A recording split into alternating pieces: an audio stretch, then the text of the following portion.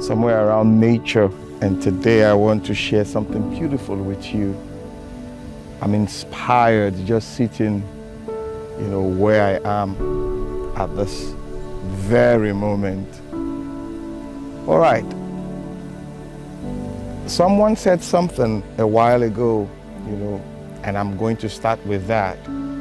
A wise man, he said, "In vain do you build a city without first building the man." Actually, Sir Walter Russell said that.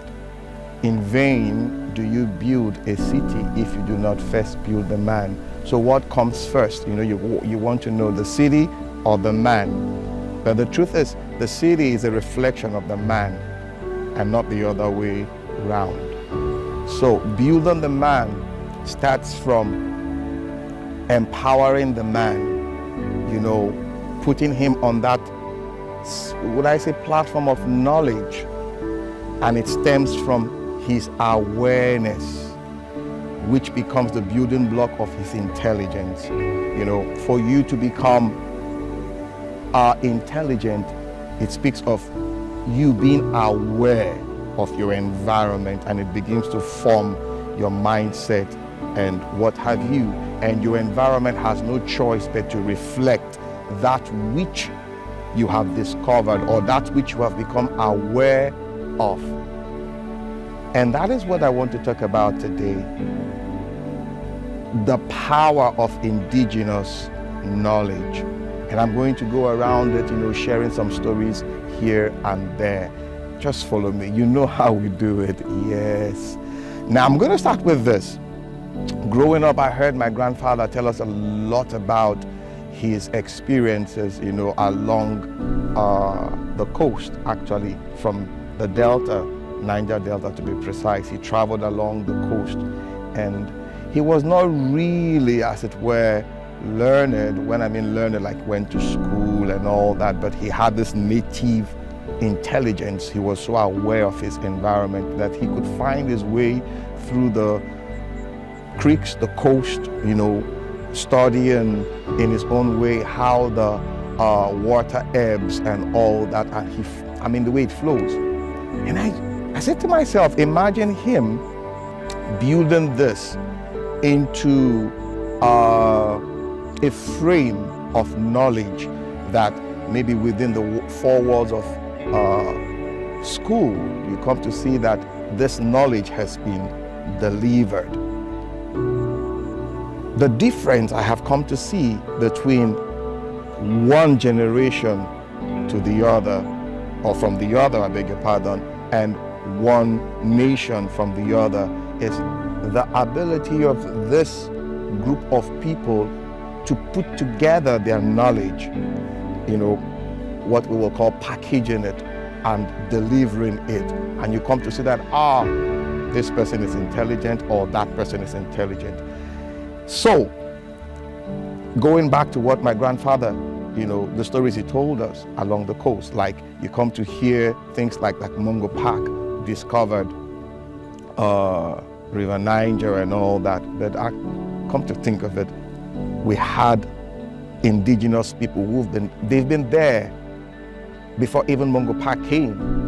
Maybe they even saved him from danger and what have you. He put together this knowledge and presented it there, and all of a sudden we now say Mungo Park discovered the River Niger or River Benue, as the case may be. What differentiates people is their ability to package, put together their indigenous knowledge, because that is their, gift. They become aware of it, repurpose it in solving their immediate problem. But you know that the earth is not just, there. We have interrelationships. So you come to see that this set of people, they've discovered this thing, they've put it together, they've used it to solve a problem in their own sphere of the earth. They can, translate it or transmit it to another area to solving problems in that area. But you always point it back to them, because more or less it belongs to them. They are the owners. So this is one thing that has put, should I say, the West away from Africa and the rest, because they have a way of packaging indigenous knowledge and claiming ownership of it.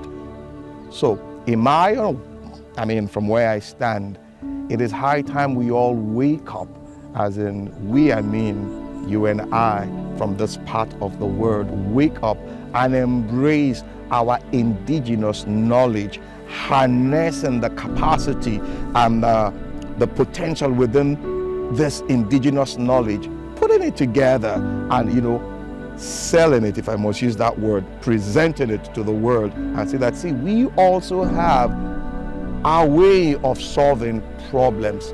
Lately, I've come to see that in Africa, Nigeria to be precise, there's this awakening, this, what I say, becoming conscious that we can actually solve problems from indigenous standpoint. It is our problem, so to say. It is unique to us. So we have a unique way of solving this. So I think it is worth exploring. Where do we begin from? Stories, going back to those bedtime stories, the stories our grandfathers, our grandparents told us by the fireside, under the moonlight, and connecting with them again, because these stories are like the bridges that connects us from the past to the future, creating that, should I say, forest of knowledge. Yes, forest of knowledge. Well, guys, you know how we do it. You know how I do it. I always come around to share some amazing thoughts with you. Can we move forward to the future, dwelling on our indigenous knowledge? Yes, we can. Where do we start from? From that very position of becoming aware, becoming conscious. And from that point, we build intelligence. And we, from that intelligence, build knowledge. From that knowledge, we come to, have that understanding. We become wise in applying ourselves in solving our problems. Did I confuse you there? I don't think so. I know you got the message. Well, you know how I do it. I always come around to share one or two thoughts with you. But I have to go now. Once again, I'm inspired by what I see all around me, nature, and relating with you.